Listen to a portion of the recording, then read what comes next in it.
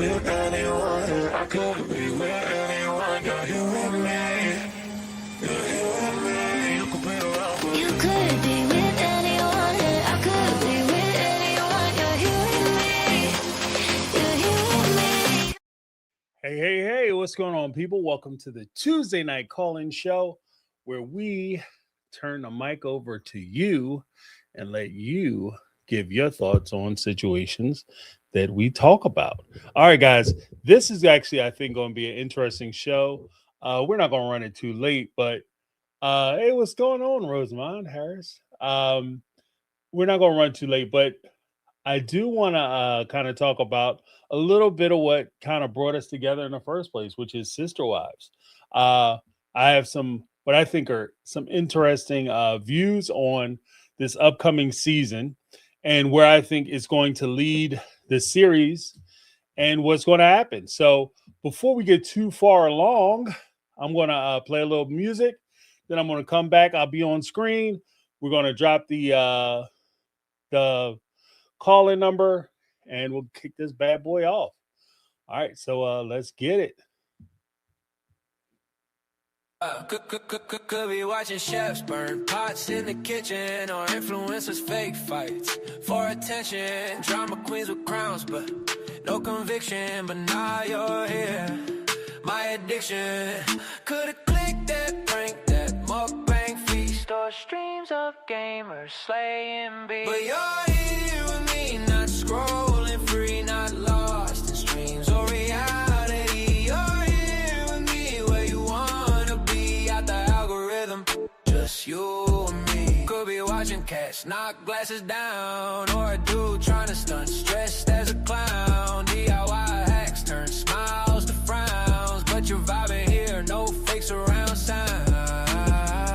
This ain't unboxing or ASMR. No clickbait titles, no rented cars. Realest channel in your repertoire. Stay tuned, superstar. But you're here with me, not scrolling free, not lost in streams or reality. You're here with me where you wanna be, out the algorithm, just you and me. All right, well, let's see where we are.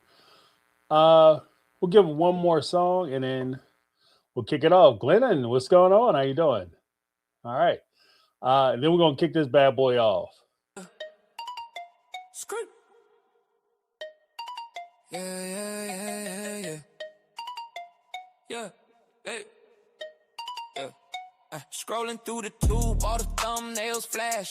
Cats doing flips, trains gone bad, they crash. But now you landed here where the beats don't miss. Yeah, algorithm point, but you hit my abyss. Oh. Could've clicked the cooking show. Could've learned to tie a boat. But you chose this flow. So let's go, yeah. You could be watching any YouTube channel, but you're here with me, grab the remote, dismantle. Lost in the pixels, but the vibe too ample. You could've clicked away, now you're stuck in my scandal. ASMR whispers, mukbang feast, unbox therapy or conspiracy priest. But now you're in the trap, this rap's your feast. Chewing on the words, every line unleashed. A million views, a billion streams, but don't hit the vein of these digital dreams. You could surf the net, but you stayed in my scheme. Caught up in my rhythm, my beat supreme. Could be watching any YouTube channel, but you're here with me, grab the remote, dismantle. Lost in the pixels, but the vibe too ample. You could've clicked away, now you're stuck in my scandal.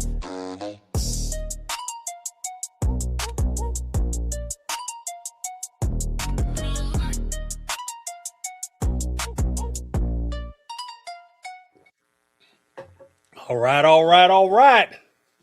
Let's kick this bad boy off. So, let me drop the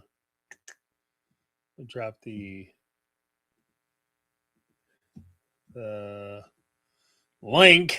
So, folks want to jump in on the conversation, they're more than welcome.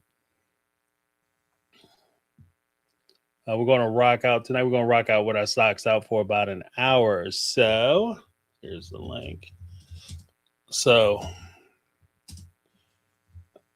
let me know what you guys think. But It's going to be, like I said, I wanted to talk about, because, whoa.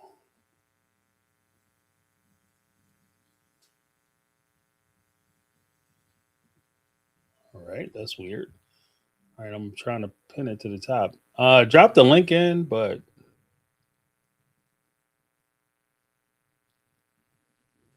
it won't let me pin it. All right, I'm going to drop it in a couple spaces. Here's the thing. And this is what I was thinking about. Because I feel like I was one of,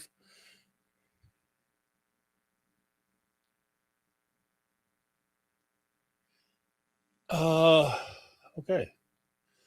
It won't let me share my own link. That's awesome. Well, the link is there, but it's weird. Okay. Whole system is acting jacked up once again, per usual. I think that's just kind of how, that's pretty much how we're rolling today. So if you need the link, just let me know and I'll post it again. But here's my thoughts. I was one of the first people, one of the first YouTubers who covered Sister Wives, who came out and has been declaring, screaming, hollering, saying out loud to everybody's faces, guys, they need to do something different or this shit is going to get canceled. People, and I don't mean get canceled because TLC is going to get tired of airing the show, because clearly that's never going to happen. TLC will run this shit till the wheels fall off. They don't give a damn what's going on. Cody and Robin and Mary, Christine, Janelle, they'll be sitting on the porch, taking their teeth out, put them in a glass, and TLC will still run the episodes, and they'll still be arguing about shit that happened in season 2, right? As far as TLC is concerned. So TLC doesn't care. But what TLC does care about are ratings. What TLC cares about are ratings. What Cody, Robin, even the OG3, what they care about is money. And when we look at this situation, if the ratings start slipping, TLC is going to stop paying. And if TLC stops paying, then these people are going to start trying to look and find something else to do. That's just the way it's going to work. That's the way it's going to work. So I've been saying this shit for, it seems like the last 2 or 3 seasons, I started saying this, right? I came out, I complained after season 19 that they're not showing us anything new. We're getting these dry ass episodes. Even season 18 was a little dry. And I had said matter of fact, it was season 18. I had said during season 18, you know how dry this shit is that when you have YouTube reaction channels who cover Sister Wives and they go back to cover Sister Wives and they can't talk about this season. When we have to go back and do time-lapse recalls, season 1, episode 1, how the show started, where were they then? Where are they now? When we have to do shit like that, when we still talking about Isabel's surgery, when we still talking about Truly getting sick, which happened to be about, like, Truly's 17 years old, 16, 17 years old. That happened about 15 years ago.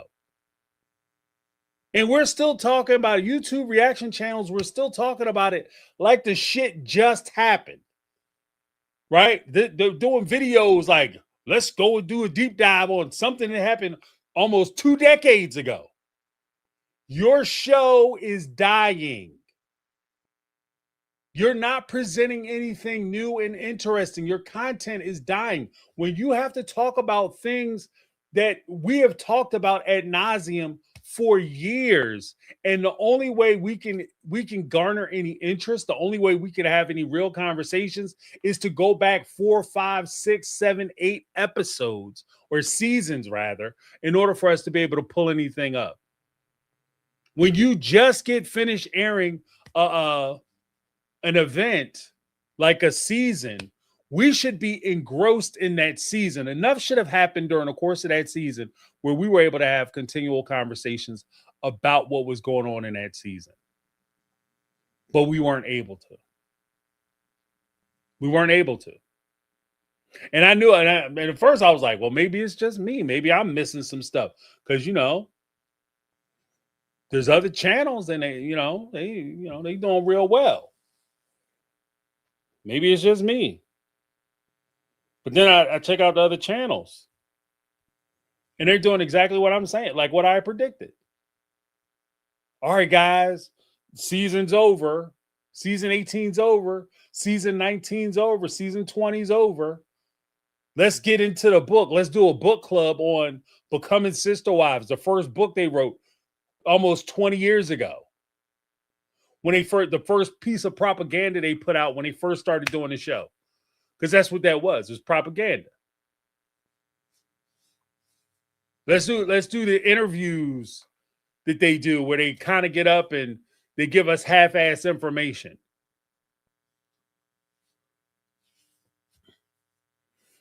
Right? And that's what it is. Like, the show is dying. Like, and it occurred to me because I saw some of my contemporaries coming out with videos and they're, talking about stuff. And the interest just isn't there anymore. And I hate to say that I told you so, but fuck that, I told you so. Like, I called it. If you dig what I said I hate to say I told you so, because I don't hate telling people I told you so, especially when I did. I was right. You know what I mean? Who don't like saying they was right? I'm sitting there like I got a crystal ball, like I got magic cards, tarot cards. And I'm pulling it out. And I know they sat there and try to pretend that, they're trying to pretend like, oh, James is saying that shit because he a hater. No, hate ain't got nothing to do with it. I'm a realist. I'm looking at the situation as the situation is.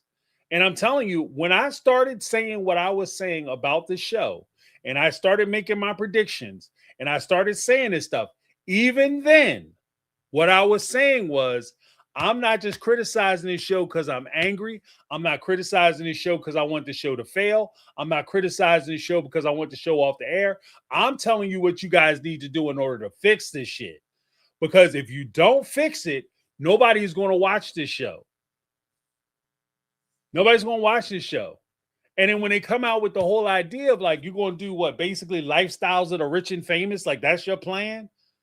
Especially in this economy, when people are trying to figure out how to put gas in their car, food on their table, a roof over their head, whether they're going to have their job, keep their job, or be able to find a job, you think you're going to be able to have a successful TV show talking about how rich and famous you are. People trying to figure out how they're going to pay their rent. And here you are. We're going to sit here and watch people build houses. We're going to watch Christine go shopping for new houses and design and create Airbnb wealth. Are you serious? We're going to watch Mary buy a house that she don't even want to fucking live in. And she went from like, I'm going to get this house. I'm going to put it in my family. And because I want this house to just be in my family because it was built by my great-great-grandfather and his two hands. And I got to have this lineage of our heritage in my family. Went from that to, I'm going to run it as an Airbnb, as a business, to now it's going to be an event center that I don't even want to live in. So you just got money. You just shitting money. And I'm supposed to enjoy that? And not only am I supposed to enjoy that, but at the same time, one of the things that I've also said on this channel, if you're paying attention, what I've also said is that sooner or later, people are going to get tired of making excuses for y'all. The whole excuse, they just ignorant ass women. They didn't know no better because they grew up in this cults, and that's how they was, because they're just so naive. We went from like defending them as being like these super naive, innocent, unaware people to all of a sudden they damn the dude from Monopoly just buying up properties and living the best life. And most of us trying to figure out how we gonna pay our bills. Who the dummy now? Like, you know what I mean? Like, what are we doing? And it's just not like, the whole thing is that it was never going to play well. I said that shit from the beginning. Before the economy went to shit, I was saying it wasn't going to play well. It just wasn't. But no.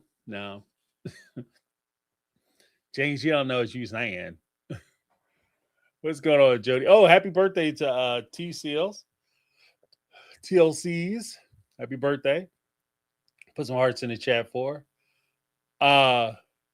We're trying to say she's starting a class action lawsuit. She want her money back. I want my money and time back. Something I can't get back. So I want to be compensated. Valadio, what's going on? Because that's just where I'm at, yo. Like, because I don't, like I said, I'll talk about Sister Wives every once in a while. When there's something to say, I think there's something to say now. Because as they move into season 21, yeah, I don't know why you wouldn't end it on season 20. Such a nice round number, 20. Like, you know what I mean? Season 21 very well may be the last season. And it might be the last season, whether they continue to do the show or not. It might be my last season. I don't know. Because I don't know how much more of this shit I can take. Like, because it's dumb now. It's dumb. Like, they're not exploring any new, especially because if you really think about it, and I'm not hating on them or angry with them because they want to keep their private lives private and they want to keep some secrets to themselves, and somehow I'm interfering with their shit. That's the gig. I've been saying this shit the whole time. It's not a secret. If you do a reality show, the gig is you let people into your personal business, into your personal life. That's the job. Okay? That's like me applying to be a fireman and saying, you know what? I don't like heat. I don't want to run into burning buildings. And I don't want to operate a fire hose. And if people fall down the steps or they have a medical emergency, I don't want to, do medical stuff. I don't want to go out and treat people. I just like the uniforms, and I just want to say I'm part of the fire department. And I want to drive a big truck and honk the horn. Like that's not the job. The job is not you looking good and trying to be in the get in the calendar. That's not the fireman job. The job is putting out fires. That's what it's in the name, Jack. And if you're a reality star, it's in the name. Like, you're going to show people your reality, your lifestyle, your business. And because they're trying to keep everything isolated and secret because they want to be secret sauces, because, secret squirrels, because at the end of the day, they famous and they, we got to have privacy because I'm like Brad Pitt, Tom Cruise, and everybody else, A-list actor. So I got to have my own privacy moments. That's fine. But you can't be a reality star.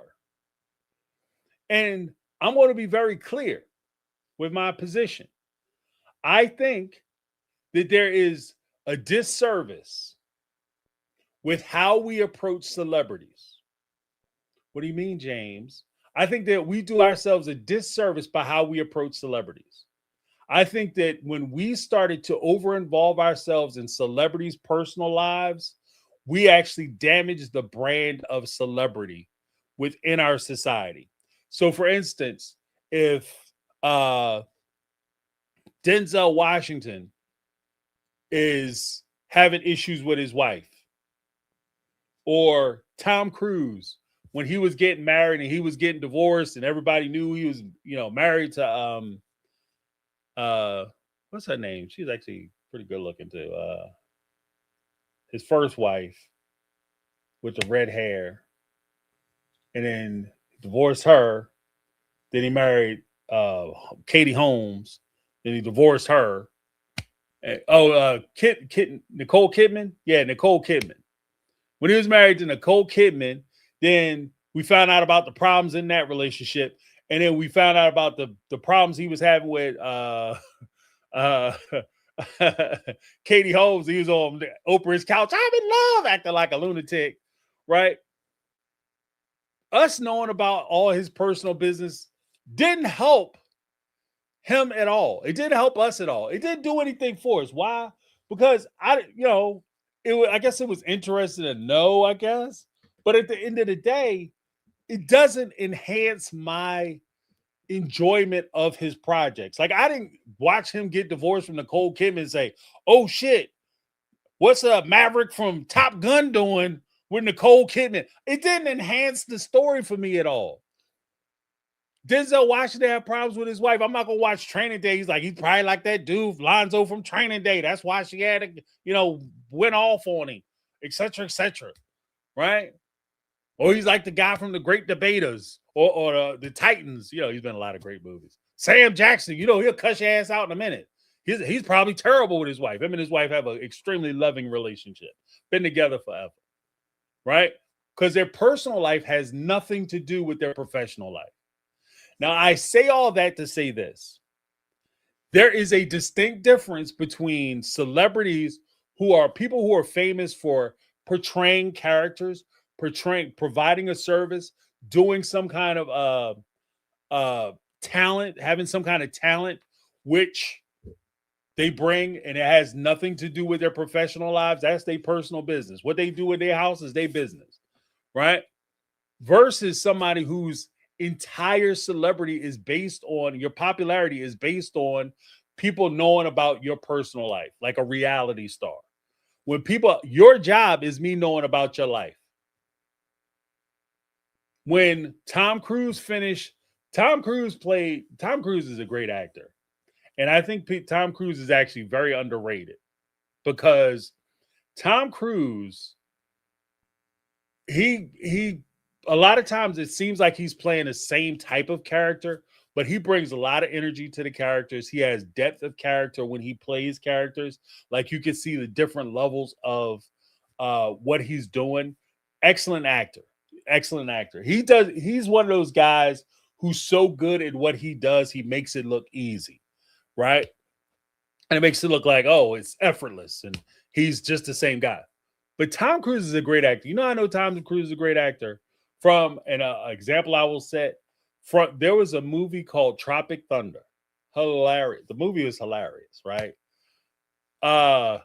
Tropic Thunder. And Tom Cruise, unbeknownst to anybody, prior to like maybe watching the movie, like, who the hell is this guy? He looks so familiar. He put on a fat suit. He wasn't in any of the promo material as Tom Cruise.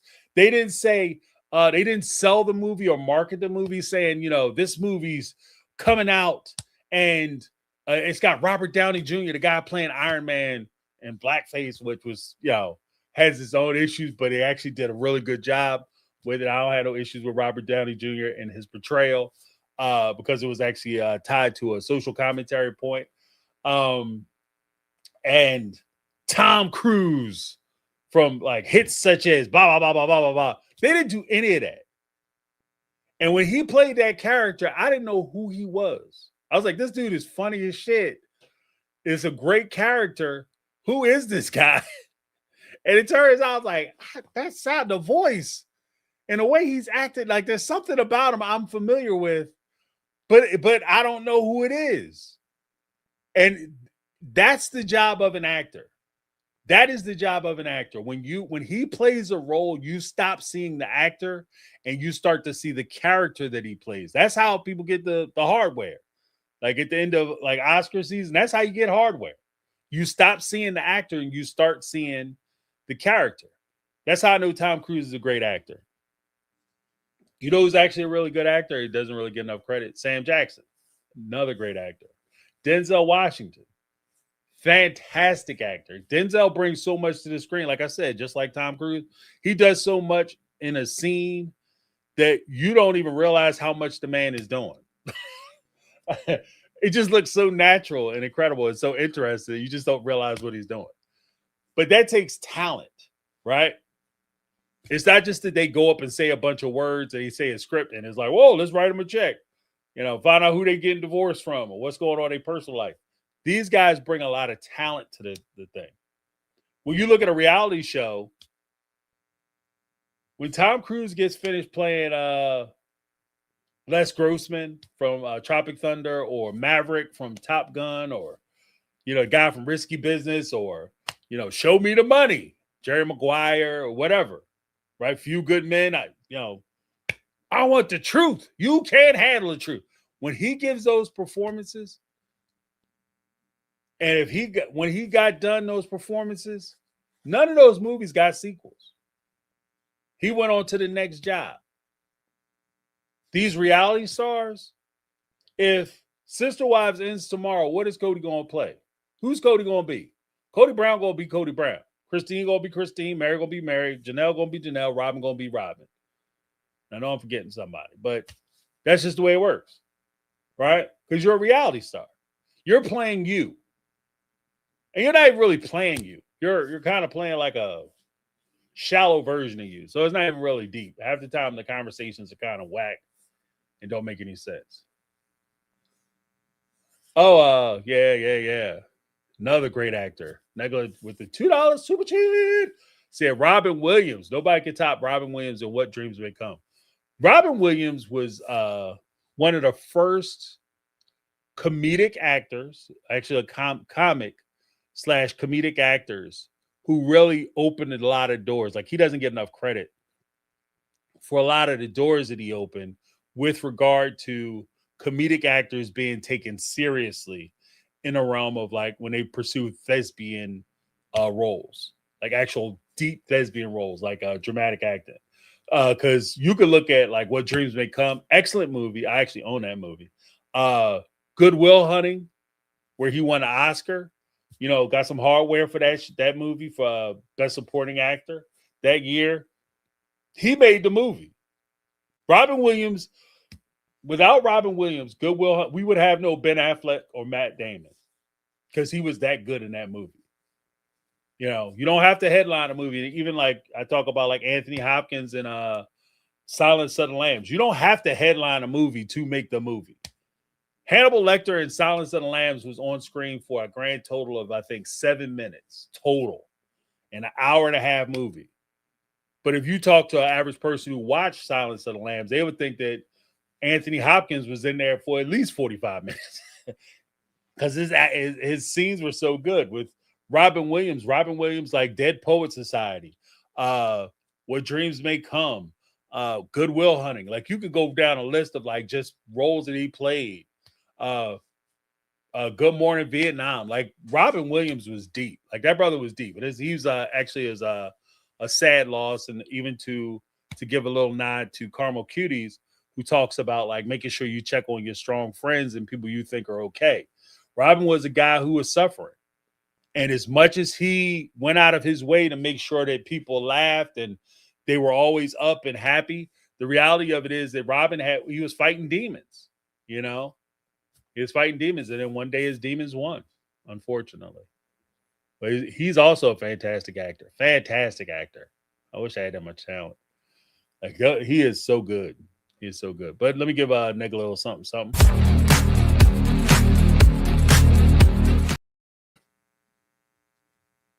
Yeah, Robin Williams that dude was the truth.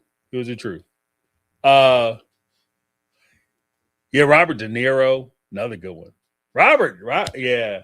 He got caught up in he got stereotyped for a long time with a lot of the gangster stuff. But Robert De Niro is not only a great dramatic actor, but he's also a very underrated comedic actor. Robert De Niro is funny. Like, he is funny. And for what I understand in stories I've heard about Robert De Niro, I've heard that he's also a very generous actor. A generous actor, when people talk about like actors being generous, is generous with their time, generous with their talent, giving other actors space to explore their character and add depth to the scene. Especially because Robert De Niro, let's be honest, if you're on a movie with Robert De Niro, if you're on a film with Bobby, right? If you're doing a movie with Robert De Niro, and it's clear he's the star because he's Robert De Niro. Robert De Niro, Al Pacino, hell, Denzel Washington, anybody I just named, right? Back in the day when Robin Williams, they're the star. But when you work with good talent who are generous, they will do what's necessary for the project, and so that they can get the best performance out of you. Now, one of the stories I heard about Robert De Niro, a little inside baseball, is that he was doing a film, and it was with Joe Torre. He's also a comedian, right? And Joe Torre said, okay, they do a one shot, which is like both people are in the shot. It's a wide angle shot. You have both people in the shot. Then they do like the 2-3. So you have like a over the shoulder shot for one person, and then the over the shoulder shot for the other person in reverse. And you basically, inside baseball, when you film the scenes, you film the whole thing. So when you'll do a bunch of takes for each of these sections. So one scene will take a lot of time, right? So you'll set it up. It'll be the wide angle. You do the scene, right? And they get it. They shoot it till they get what they want from that scene. Then they do over the shoulder. And if you have a star who's on set, you don't want him just sitting there doing nothing, right? Because he's the star of the show. So if Robert De Niro is sitting there, you do the scene where both of them can be seen. They acted all the way out. Then you do over the shoulder for Robert De Niro, his close-up, and the whoever he's acting with typically will be there to read him his lines, right? And you go through the scene again. And Robert De Niro will show everything that he tried to show in the wide angles, but it might be more expressive. There might be more going on. And you really put your thing down because this is your close-up. Then they shoot the other side. Now, typically with the other side, they have stand-ins, right? They have, just when you think that, your mom always told you that you were a special person and there's nobody in the world just like you, your mama never been to an audition. Because when you go to an audition, if they say that they want a character who is 6'6", over 6 feet tall, such and such build, looking like such and such, you will show up and there'll be a room full of people who look just like you. Maybe some will wear glasses, some won't, have mustaches, beards, froze. Some of them have bald heads, but everybody pretty much looks the same. Like you guys, if some shit went down and they said it was a big guy, you could get pointed out and you going to jail, right? I didn't do shit. Yeah, we got 5 witnesses said it was you. It was like a room full of guys look just like me. What are you talking about? Right? That's how it works. And when they do the when you get cast, a lot of times, especially for bigger productions, they'll have, because they don't want you just sitting around the set, especially if you're a co-starring or guest starring, like on a sitcom or a serialized show or movie, they don't want you just sitting around. So they'll bring in your extra, your person, to sit in your spaces or stand in your spaces so that they can get the cameras and stuff lined up. So I'm 6'7". They'll bring a guy in who's 6'7" to stand or sit where I'm going to be, so that they can get the right eye line and the picture looks just right. So if I walk on the set and it's my turn to say whatever I'm going to say or do what I got to do, then when I walk on, they could just run through where the camera setup is and what it looks like, et cetera, and we could just get going, right? That's how they work it. Now, when a star like Robert De Niro, who's got the big, fat, nice trailer, beautiful trailer, probably nicer than my house, right? Typically what happen is he would film his wide angle, he'll film his close-up, then he goes sit in his damn trailer. Go get something to eat, maybe take a nap, get on the phone, talk to his manager, his wife, his girlfriend, whoever you talk to, right? And do his thing. And you get to act against whoever they hired. Maybe, sometimes they get somebody good. Sometimes they just get a guy who's going to read the lines, right? And you have to emote and do your stuff the way you do it. Robert De Niro, what makes him a generous actor, and I say an extremely generous actor, because he never, nobody would ever ask him to do this. When he finished his part, and it was Joe Torre's part to interact with Robert De Niro for his close-up, Robert De Niro not only stayed and read his lines, but he completely emoted every action, every reaction. He acted his ass off like the camera was on him. The camera was not on him, but he was giving to the other actor all that energy so that actor could react to his acting. right? And he could get the best product. Now, that is a person not only committed to the other actor, being generous to the other actor, but he's also a actor who is committed to the project and trying to get the most out of the project. So hats off to Robert De Niro just for that by itself. There's other guys like that who I've had the honor and privilege of working with. A guy who really sticks out in my mind is Christopher Milani, right? I had an opportunity to shoot. I did two episodes of his show called Happy. And Christopher Milani, for those who aren't familiar, he's the guy from he played Detective Stabler for a number of years on SVU. He was in Superman, Man of Steel, and a bunch of stuff. Like, Christopher Milani's been around forever. But he too is like a super generous actor. And he was actually producing that show. And the way it worked out, he would say stuff like, look, we're not having these actors standing around and we're not disrespecting people's time. And he was like, you're going to respect people's time. You're going to respect these actors. And he is like, I had opportunities to talk to him. We would set up and chop it up and all that. But he is actually a really good guy. And he's a super generous dude, like super generous as far as like, because his whole thing is, like I said, it's about, you want to get the best product. Like, even, whether I'm a name guy or not, I want to make the best product possible. When you get hired to do these jobs, you want to give them everything that they need in order to make what the film or project that they want to make. Right? That's what you get hired for as an actor. I'm not there to make myself famous. I'm there to give the actor. I've always said that, like, when I approach these things, it's like a brick and mortar situation, right? The director is the artist, and I am merely the paint, right? And I'm going to give you as bright and expressive expressions as I possibly can, and you decide what to do with it.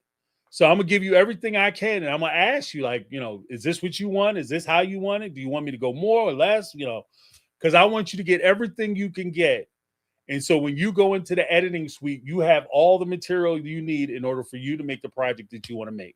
And then when I get done, it's none of my business what you do with it, right? It'll save you a lot of time and a lot of heartache. Because I've done a few films and I've done a few shows where I've had like really big parts. And because of timing, pacing, or other issues, like my big, huge part, gets cut down. You're like, man, I was in this motherfucker. This was like about 20, 30 minutes of this hour and a half movie. And I got knocked back to 15 minutes. What happened? It's none of my business what happened.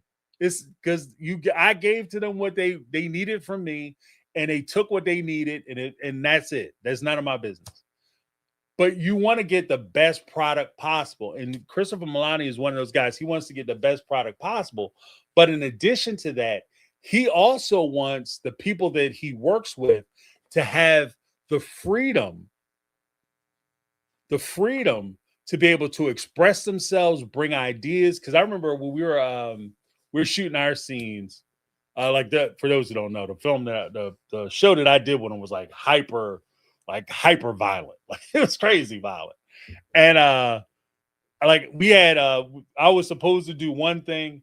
And then I made some suggestions. I said, well, what if he did this? And blah, blah, blah, but it's just the environment that he cultivated where he allows ad libs, like, so you can add shit, like add lines, add, looks or pacing, beats, things like that. He allowed for suggestions on, we'll do it this way because this is the way they envisioned it. And then we'll try it your way, James, or we'll try it this way. We play around with it and try to get the best product possible. Because he's like that, he allows for actors, and that's an extremely generous thing because he doesn't have to do that because it's damn Chris Stabler from SVU. He don't got to do none of this shit. Method Man's like that too. But they don't have to let you do any of that shit. They can just say, Quentin Tarantino, notorious. Just read the damn lines. Say what I wrote. That's it. Yeah. But that's just how it works. But there's a lot of guys. But these guys, like I said, these guys, it's as talented as they are and as wonderful as they are. I don't need to know about, because me and Chris, we got into some deep conversations. And we were talking about some things, and I would never reveal the stuff that he had told me about, things we talked about. But the stories I have about him they don't do anything for or against his career, right? Whereas if you're a reality star, you need to have those stories out because that is your entire life and lifestyle. But when I'm watching, early on, I called this shit too. Early on, when Christine, Mary, and Janelle used to do the little interviews and crap, they used to they used to do these little teaser interviews. Oh, you got to watch the season. Let me tell you about what's going on. What's happening this next season? Oh, girl, it's a secret. Right? They used to do that shit all the time. They used to do it all the time. Now they do it. Who cares? Who cares? And I'm not trying to be an asshole about it, but I mean, like, there have been interviews that I've seen people get that I don't even bother watching the interview because I know it's just the same bullshit. It's not like you're not going to talk about anything. You're not going to reveal anything that you're doing currently. You're just going to promise that it's going to be revealed in the next season. And then I can't talk about it because it's coming up in the next season. Well, what happened like 2 seasons ago? Well, I can't really discuss it because we're under contract, and they showed through like some obscure, opaque explanation as to what was going on. It doesn't make a whole lot of sense. Not interested anymore. I'm not trying to, and then my favorite part is you are purposefully obtuse, purposely opaque. You try to hide the shit back.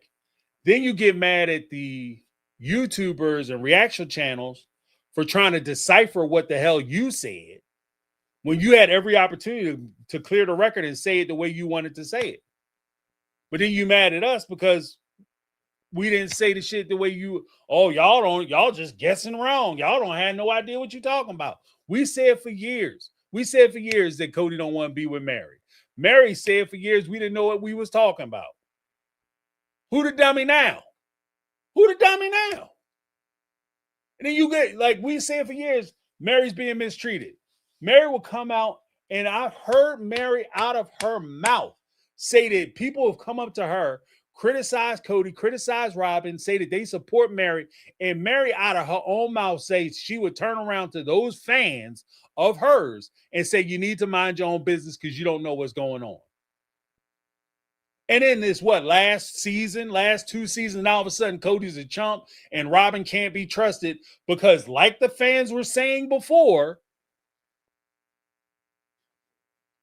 Cody and Robin were using Mary and taking advantage of her. But I'm supposed to sit and feel bad for her. That's why I'm just like, I'm out of defending your ass. I'm out the business of defending you. You don't get to, like, if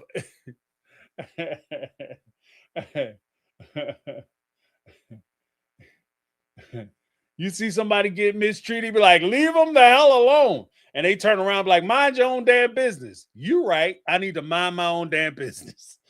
You right. Why am I going to risk myself? You know what I mean? Why am I putting myself out there defending your ass and you telling me to mind my business? Then all of a sudden, when the shit don't go the way you hoped it was going to go, now all of a sudden, y'all got to come and help me. You got to come and defend me, guys. Where y'all at? Where my people's at?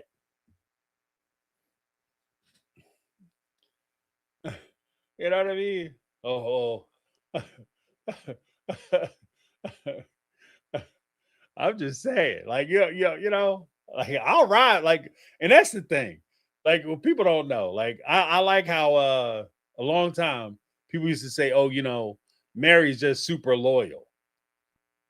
No, that's not loyalty. That's not loyalty. See, what loyal is you cool with somebody, you down for somebody, and you stick up for that person, especially when you feel like they've been wrong. The fans have been loyal to them. The fans have been loyal to, especially to the OG3. Let's not bullshit each other. The fans have been hyper loyal to the OG3. And when I say hyper loyal, I mean the fact that we have intentionally overlooked shit that would be a red flag for anything else.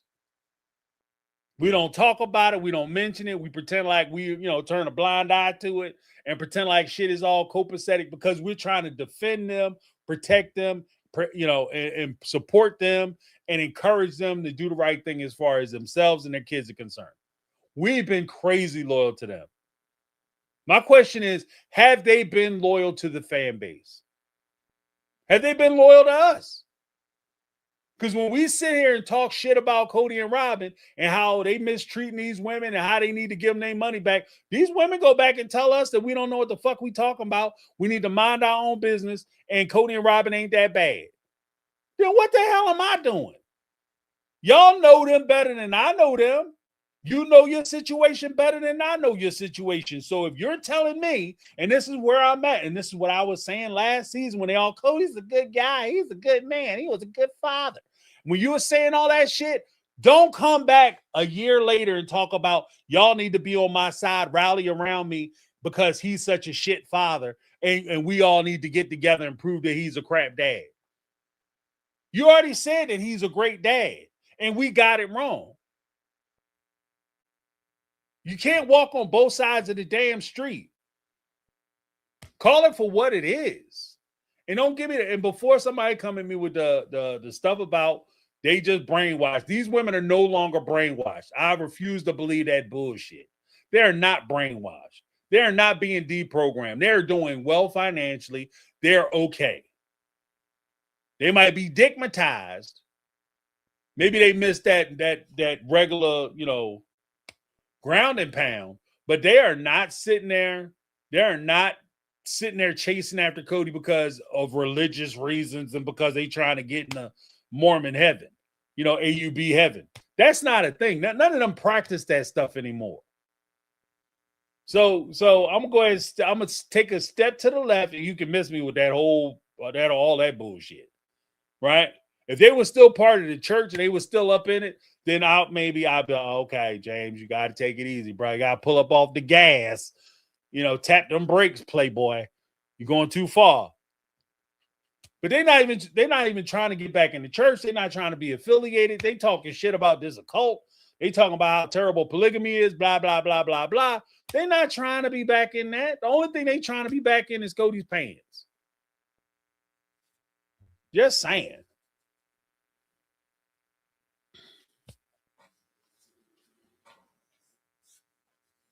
Look,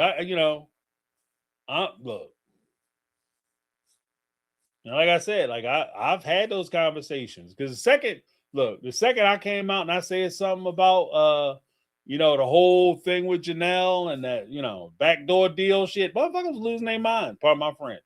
People was losing their mind. James, how you gonna betray Janelle like this? You're believing Cody because the shit makes sense. and she clearly admitted it. You know what I mean? It's not even a thing of Cody just said this about her, and I'm just jumping on what Cody said and bump Janelle and all the experiences she's at. She admitted it. She said it. Yeah, I did it.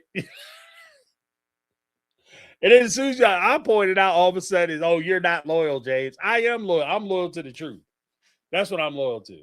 The truth and common sense. That's what I'm loyal to. I'm not going to make myself a dummy. And isn't that, and push them down the shelf, isn't that one of the things? I don't know if you guys saw the link or not. I can take up maybe a couple phone calls before we bounce out. But isn't that what we were criticizing them about the whole time?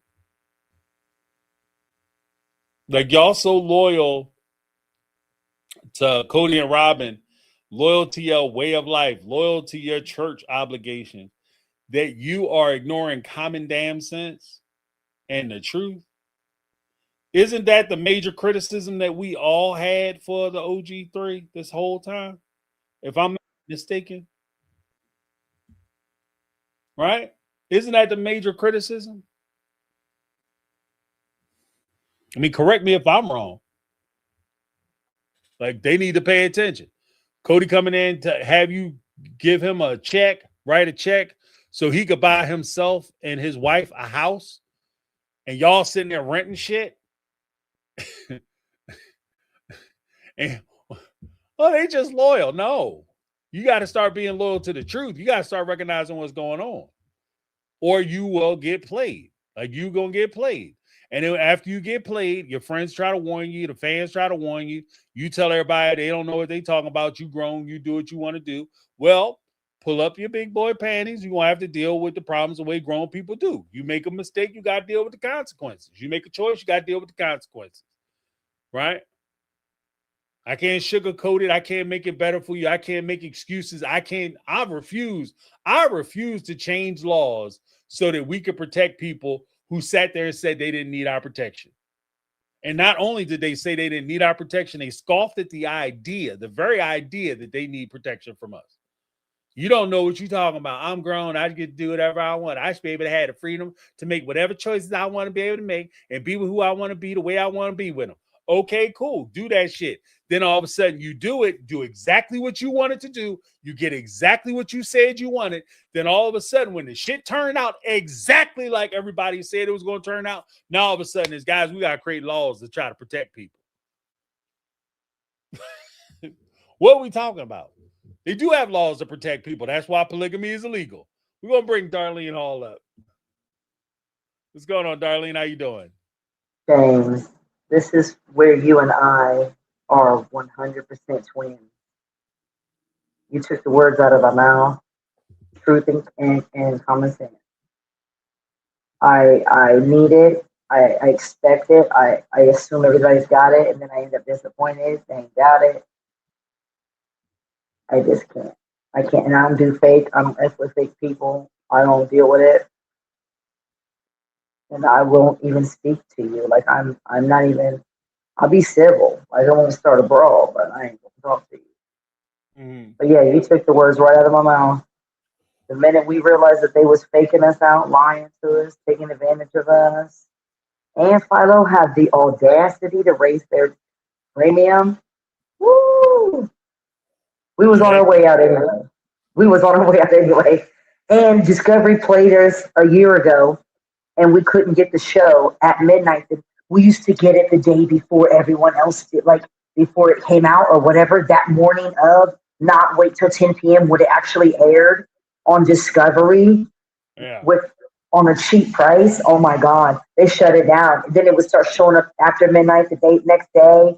I don't want it if it's late. No, so yeah. You're right. Because I remember that. Like, that's what I was always complaining about too. I was like, this is not the kind of show where you can, try to hold us to a date or time. Like, this is a show where I should be able to watch it at my leisure. And more to the point, I shouldn't have to sit up till midnight to try to watch the newest episode. You know what I mean? It's crazy. They couldn't even get a primetime hour. So who do they think they really are? Right. And even to the point you just made, like, the idea that when you're helping people, right, and you're trying to do the right thing by folks, and you're trying to give them that, maybe helpful observation or advice, whatever you want to call it, you're like, okay, they finally got this shit. There is a point with some folks, no matter how much you talk to them, no matter how much you reason with them, no matter how much you try to understand what they going through, how they going through it, and how they wound up in the place where they at, they always keep circling back, and you find yourself back at square damn one every time.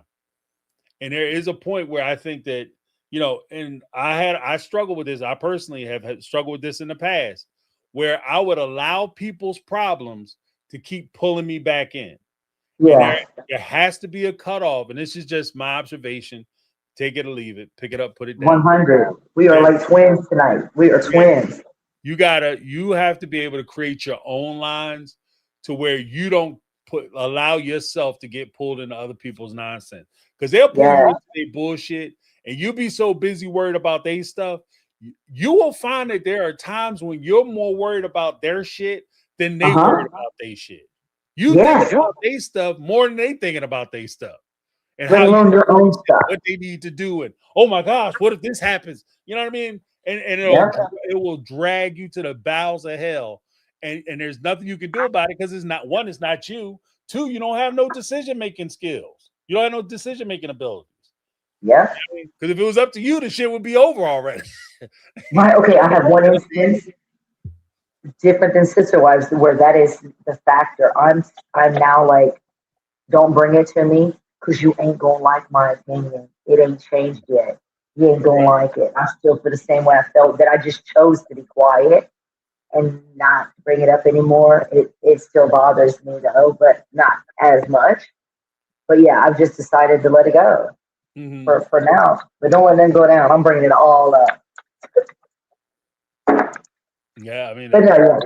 On Cody and them, that's why though we felt like we got hustled, we got lied to. We really felt for them. Oh my goodness, they were in this locked secret world, and once they've seen the real society, they started realizing they had rights. You're allowed to go outside and play. You can wear what you want to wear. right. I mean, I'm being sarcastic right now, but you know what I'm saying, James. I have an opinion. I'm allowed to say no. I mean, we rode along with them through their journey, so we thought. So we thought we was invested. I remember exact quote on IQ's channel on a live. If I was a lawyer, I would help Christine get every dollar she could the minute she chose to leave him. Like I jumped on it, like had her hands down. Somebody woke up and come to the realization of what the rest of us see, you know. And so it was her first. Nonstop support, defended her. Oh, yeah. They all hustled us. But yeah, that's all I have to say. No, You were right. I appreciate I agree it. with you. Yeah, I'm with you guys though. Like I think that if you guys want to be those people, that's your business. But at the same time, like I don't have to necessarily go along. I don't have to buy into your fantasy world. I don't have to buy into your illusions. I don't have to buy into your bullshit. So I choose to live in a world where I see things for what they are, and I'm not going to sit here and pretend like your situations are different or somehow special. Like I think that there's a lot you can learn from them, but I think at the same time, there's a lot, they have a long way to go. You know what I mean? And if you guys are different, you are better, you are in a different space, I think that you are doing a disservice to the people who followed you and supported you by not including them in that journey, because you included them in the journey where you guys are struggling. But now that you're doing well, and how many times have you heard this shit? When you were struggling, you wanted everybody on your side. But now that you're doing well and you feel like you don't need us, now all of a sudden it's kiss my whole ass. And I got stay out of my business. Right. So, okay, lesson learned. I'm gonna go ahead and take that. I'm gonna take that note. I'm gonna put it in my pocket. I'm gonna keep it pushing. And you got one time to tell me, stay out of it, and I'll let me hear the words though. Right. I could think you think that, but let me hear it out your mouth. And that's it. It's over. I'm done investing. Yeah. Because I mean, because to be honest with you, I'll even take it like from even more on a personal note. Not even from me and my channel, right? Because I understand why folks might not want to come on my shit. Like I get it. I totally get it. But when I watch and I see them doing interviews with other channels, it does bother me because I can think of several creators, like I said, not including me. I can think of several creators who deserve to get those interviews, whether it was McKelty and Tony, Christine and David, or Mary, or even Janelle and Christine. I could think of several channels that deserve to get those interviews because they were in the trenches doing the hard work and the heavy lifting of keeping the bridge time between seasons alive and active with activity. And when it came Yeah. time for them to come down and do those interviews and start picking channels to do, they got ignored. They got ignored. And I think that in and of itself is a slap in the face. Again, Mhm. I'm not looking for them to come on my shit. I get why y'all don't want to come on here and talk to me. But there are other channels where you could, friendly channels, where you would have came on, you would have been supportive. Not only would you have boosted yourself because it would have tied you to people who have been long-standing folks who have supported your show, but it would have Right. also boosted those channels. And you could have Yeah. got some of those channels over 100,000 subscribers. You know what I mean? You could have opened them up to new audiences, so on and so forth. You could have helped, one hand helps the other hand, shake them hands. But y'all didn't choose to do that. Yeah, instead, y'all went with other folks. Now you're gonna have to ride with it. Because other people Right. you chose to go with, they're not gonna ride with you, No. So it is what it No. is. Like I said, you be careful of the toes you step on today because they might be connected to the ass you gotta kiss tomorrow. Bingo. Okay, before I go, story time. James, I started a channel in the beginning, like years ago, and I did not keep it up. I said, "This is where you can come and talk about them." I'm not gonna say no cussing or get off my channel. I'm not gonna do. It was one of them. Anything you want to talk shit, come over to my channel. Like, I didn't keep it up after a while though.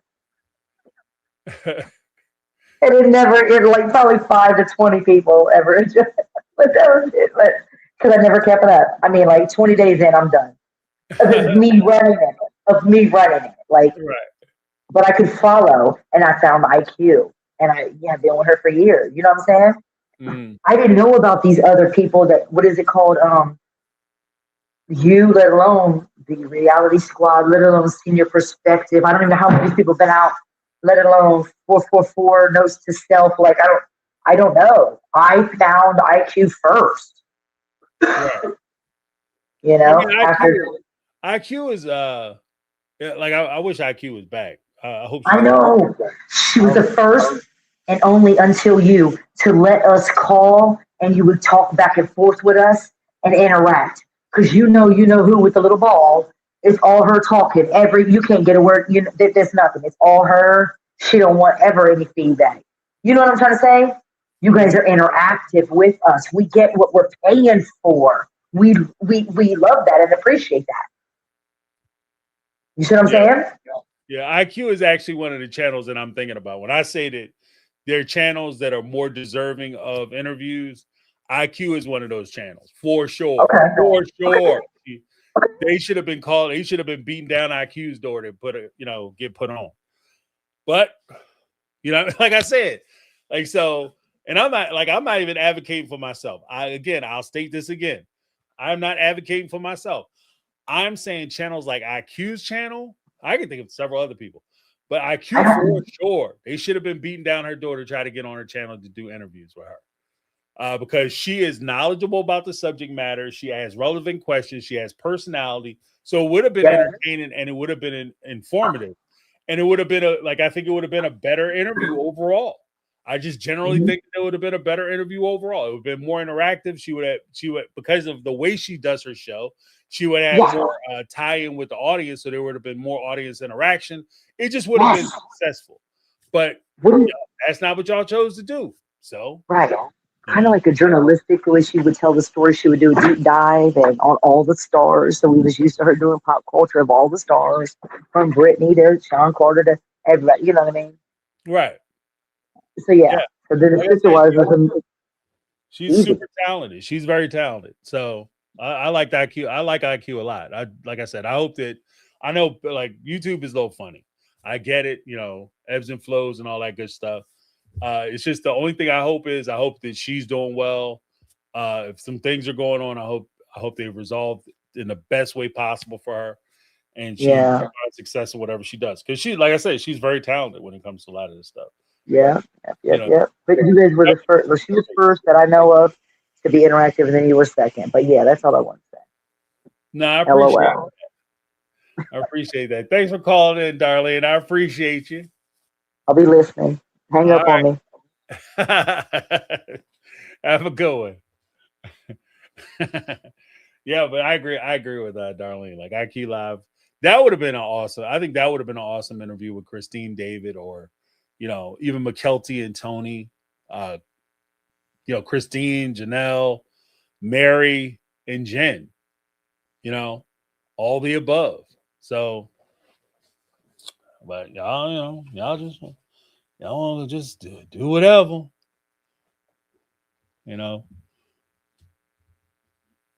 But yeah, look. I just think that when push comes down to shove, and we look at the season 21 and where we move forward from this place, when it comes to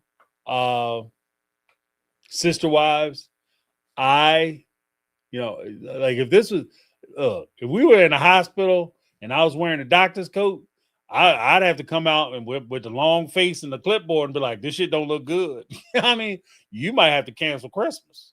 Okay. Let's just say there's going to be an empty spot at the dinner table this year because the homie ain't going to make it. Because this show is, I don't know what they're going to do. And the one thing that I've always said, and this is like the hazard of like television and things of that nature. When people get used to not watching you or checking for you, they move on. And what I think is happening is I'm watching a lot of the coverage of Sister Wives, and I see the decreased interest in Sister Wives as a whole. People have already started moving on. So much so that it really didn't behoove me. Like normally I would put like maybe what I was going to talk about on my thumbnail and like have a little description of what I'm going to talk about. So much so I didn't really feel like I should put Sister Wives on my drone because I didn't think it was going to do anything. Y'all just ain't got the same clout. It's just they ain't got the same clout. Sorry. This is what it is. So I think that's kind of where it's at. That's where it's at. But let me go through the super chats. We had a couple super chats come in. We had Jody Pierce Scholar with the $4.99 super chat. Said, I was wondering if you were considering doing true crime stories, current or otherwise. Betty and I voted yes. And surprise, surprise, Jody, yes, I will be covering some true crime stories on the channel. There's one that touches into social media that just they did a documentary called The Crash. So I'll be covering that with some clips and bringing my what I like to think of as my unique perspective on some of these issues and some things that I wanted to highlight that even though it was talked about during the course of the documentary, it wasn't accentuated and pulled out. Like there are a few things that were talked about during the documentary. If you haven't seen the Crash documentary on Netflix, I recommend it. Because it is very interesting. And it's interesting, but not even to play it down, the tragedy of it all, because 2 young men are dead and a young lady's life is ruined because, shit parents. Let's call it what it is. I'll keep it all the way a buck. I don't hold nothing back. The whole situation that occurred that evening is the direct result of parents who create over entitled children who think that they can do whatever they want and there's no repercussions to the things that they do. They don't experience consequences or the reality of what happens with their actions. So they just think that they can carry on and do whatever they want and there's no big deal. It is a big deal. And the shit you do has wide-reaching effects. Everybody in that situation, just as a little precursor and something generic that I will say about these types of crimes, especially with young people. One of the things that I've always tried to express to young people, whether it's my kids or kids I was talking to, or when I was dealing with organizations and I would address young folks, one of the things that you always have to keep in mind, young people always have this mentality of YOLO, you only live once. It's my life. Whatever I choose to do is just me. So if something happens, it's only going to affect me. The reality of it is, one, that's bullshit. Two, anything you do is going to affect not only you, but anybody who cares about you. Anybody who cares about you is going to affect them. If you go out and you do something silly and you're not here no more and your next address is, green, landscape with a big, marble tablet above your head, then your family and friends are going to miss you. They're going to be affected by that loss. If you go to the place with no windows, the prison, the truth of the matter is that when you get arrested, your mom or your dad or the people who care about you are arrested too. The same way you're up all night listening to people hollering, screaming, and crying, and you're sleeping on that cold ass, steel ass bed or whatever the hell they got in there, and the whole place stinking because the toilet's right by your face, right? And you thinking about that shit, and you up all night. Guess who else is up all night? Your mama and your daddy up all night. They're not gonna sleep a wink. When you standing in front of that judge and you scared, you know who else is scared? Your parents sitting in that galley, the people who care about you sitting in that courtroom, listening to this judge who doesn't know you, don't give a shit about you, and can say anything about their mouth and take you away for years, if not decades, or for the rest of your life, and put you somewhere where they can't reach you. And then when you go to that place, you're subject to the sense of timelessness. They call it the place of no windows. The reality of it is the prison is the place of no clocks or time, because time freezes for you, right? Everybody else is outside living their life. Their life goes on. Your life is frozen. And part of the reason why so many people, if you ever watch Love After Lockup, and these guys have gals, they have all the time in the world to call you on the phone and talk to you and butter you up and want to hear about what's going on with you, because you're the only outlet that they have. Every day that they have is the fucking same. That's what's quiet as kept. That's the place of timeless. Like they steal time. That's what prison is. It's not that you just away and they put you in a room and you can't go nowhere. What they're doing is they are wicking time off of your life. That's the punishment. They're wicking time off of your life. And you're calling people and trying to talk to them and, find out what's going on with them. They're going on with their lives. You'll get out of jail. You'll go into jail. Everybody's 17, 18 years old. You come out of jail. Everybody used to hang out with, married, got kids, they got jobs, they have responsibilities. Mentally and responsibly, you're still that 17, 18-year-old kid that went in jail. You come out, they're different people. It's criminal. So like the whole idea of you get to do whatever you want and it doesn't affect anybody is all a lie. You're affecting your kid. Like your parents will be affected. Your loved ones will be affected. The people who believed in you, trusted you, people who wanted the best for you will all be affected by your bad decisions. So, I mean, we're going to talk about some of that stuff. So I think that a lot of what happened, and I'm going to give a deeper analysis on the crash and what happened in that situation. But I think that a lot of that analysis comes directly from the fact that, we talk a lot on this channel about parenting and parent-child relationships. I think a lot of what happened that night deals directly with the fact that you had parents who enabled their child so much that she thought that she could do whatever she wanted, which the end result was she wound up taking the life of two very young men. And the craziest part is, as I will demonstrate when I do the deep dive, she thought she was getting away with that shit, which is crazy. Okay. But yeah, I will be doing some true crime stuff because I do find interesting in that. And there's some, I got to talk about. There's some things I just got to talk about. So we'll be doing that. But thank you so much, Jody Pierce Scholar. Especially since we're moving away from the sister wives. Unlimited lipstick with the $2.79 super cheap. Say, James, we'll watch you talk about anything. Thank you so much, Janet. I appreciate you. You know, people like you in the corner. How can I lose? How can I lose?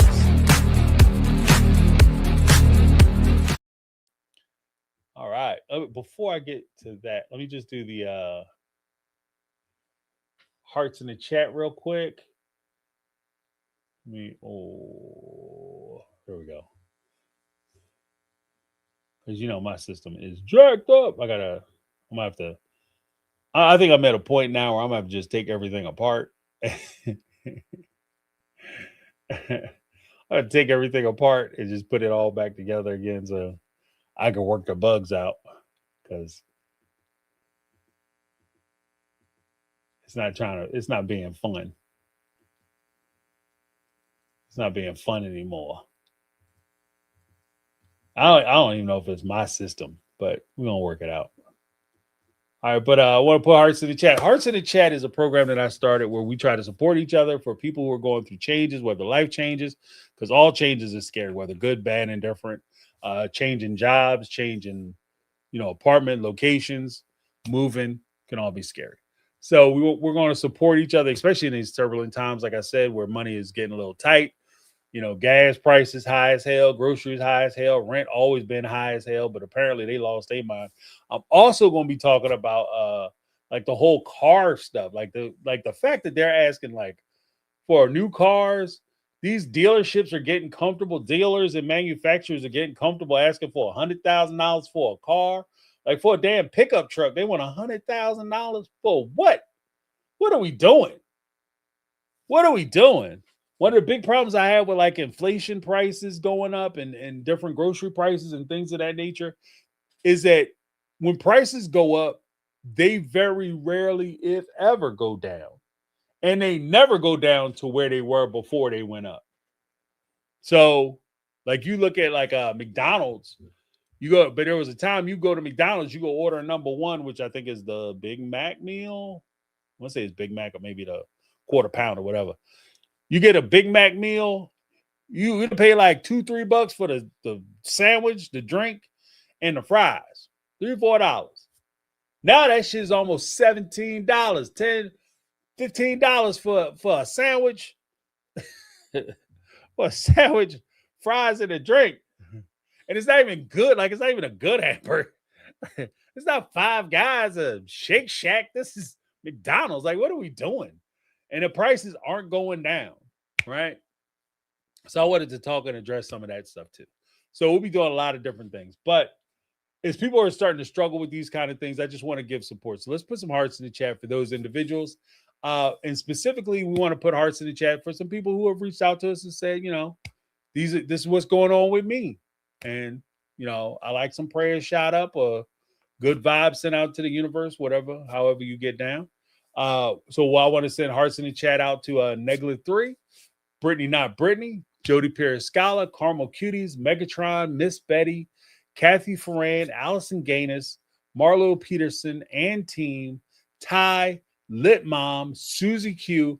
And I also want to send a special hearts out in the chat to anybody who's has friends or family who are in the military. Because as we stretch out into Iran, I recognize that as somebody who has lost friends in previous engagements, I recognize it's not only these deployments and these military activities and exercises and things of that nature, because technically we're not at war, even though we do war type shit and people get killed and hurt and their lives are devastated and they're away from their families. Even though we're asking these people to make a sacrifice, I also want to recognize the fact that we're not just asking the personnel to make these sacrifices, but we're also asking the family members, the friends, and their communities to make these sacrifices. Because some of these people, when they go off to these foreign lands, they're leaders and full members of their communities, active members in their communities. So their absence, no matter how brief, is missed. Like they are missed. Their presence is missed in these communities. And so as we contemplate, and this is one of the most important things we think about as we talk about sending people to war, because it's not about medals. It's not about us proving that we right and we the greatest thing since sliced bread. It's about us making sure that we're taking care of the people who take care of us. And we want to make sure that when we send people off and we ask people to make these sacrifices, their families, friends, and communities to make these sacrifices, that their sacrifices are worthy. Our request is worthy of their sacrifice. So I want to put special hearts in the chats for those individuals as well. All right. Put some hearts in the chat myself.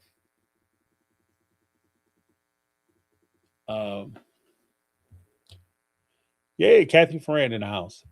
But yeah, we had one more request come in. Please play the first song at the end of the end, please, is my favorite.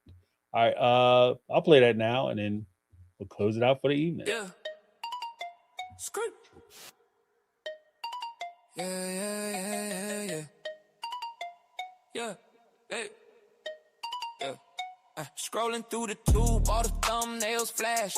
Cats doing flips, trains gone bad, they crash. But now you landed here where the beats don't miss. Yeah, algorithm point, but you hit my abyss. Oh.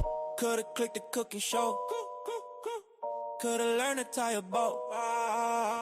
But you chose this flow.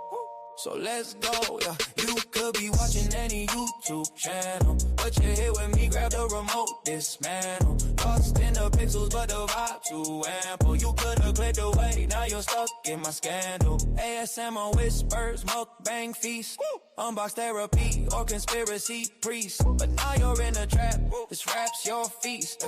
Chewing on the words, every line unleashed. A million views, a billion streams, but don't hit the vein of these digital dreams. You could surf the net, but you stayed in my scheme. Caught up in my rhythm, my beat supreme. Could be watching any YouTube channel, but you're here with me, grab the remote, dismantle. Lost in the pixels, but the vibe too ample. You could've clicked away, now you're stuck in my scandal.